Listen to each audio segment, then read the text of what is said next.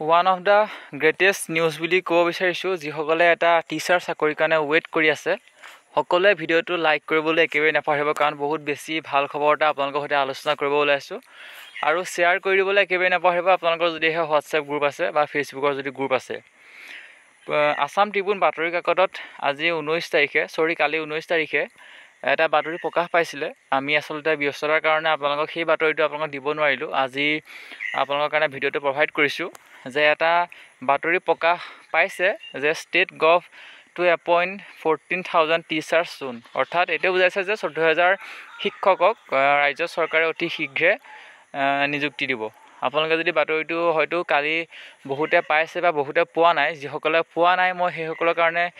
ভিডিঅ'টো প্ৰভাইড কৰিছোঁ আপোনালোকে যদি গোটেইটো যদি মই পঢ়ি দিওঁ বহুত আসলে বেছি দীঘলীয়া হৈ যাব তথাপি মই যিমান পাৰোঁ আপোনালোকে পঢ়ি দিছোঁ আপোনালোকে ধৈৰ্য সহকাৰে শুনক বেছি দীঘলীয়া নহয় বাতৰিটো কাৰণ বহুতে এটা বেছি ভাল খবৰ কাৰণ খুব সোনকালে নিযুক্তি হ'ব LP UP বিশেষকৈ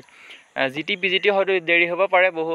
ছেপ্টেম্বৰ অক্টোবৰ হৈ যাব পাৰে কিন্তু আমি যিমান গম পাইছোঁ যে ইলেকশ্যনৰ পাছতেই গোটেই কামখিনি আৰম্ভ হ'ব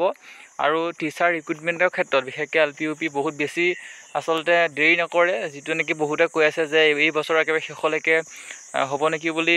আসলতে বহুতে ভাবি আছে গতিকে তেনেকুৱা পৰ্যায় নাপায়গৈ ইমান লেট নহয় সোনকালে শিক্ষক নিযুক্তি আৰম্ভ হ'ব Guwahati May 19 Believe it or not, Assam has more than 2.14 lakh school teacher and around 14 teacher will be appointed shortly. গতিকে গোটেই আসলে কথাখিনি যদি মই পঢ়ি দিওঁ তেতিয়া বহুত বেছি দীঘলীয়া হৈ যাব আপোনালোকে স্ক্ৰীনশ্বট মাৰি ৰাখি আপোনালোকে ভিডিঅ'টো বাতৰিটো আপোনালোকে পঢ়িব পাৰে মই আপোনালোকক ভাল কৰি দিছোঁ সেইকাৰণে স্ক্ৰীনশ্বটটো মাৰিবৰ কাৰণে আপোনালোকে নিজেই পঢ়িব আৰু আপোনালোকে এটা কথা মই আপোনালোক কৈ দিওঁ যে আসাম ট্ৰিবিউন বাতৰি কাকতে যিটো বাতৰি প্ৰকাশ পায় 99% মিলে বেলেগ বাতৰিয়ে যিটো আসলতে বাতৰি প্ৰকাশ কৰে তাৰ সলনি আসাম ট্ৰিবিউন বাতৰি কাকতে যিটো বাতৰি প্ৰকাশ কৰে 99% মিলে গতিকে যিহেতু কৈছে যে ষ্টেট গভৰ্ণমেণ্টে অতি সোনকালে 14,000 শিক্ষক নিযুক্তি দিব বুলি কৈছে গতিকে নিশ্চয়কৈ ভাল খবৰ আপোনালোকৰ সৈতে শ্বেয়াৰ কৰিলোঁ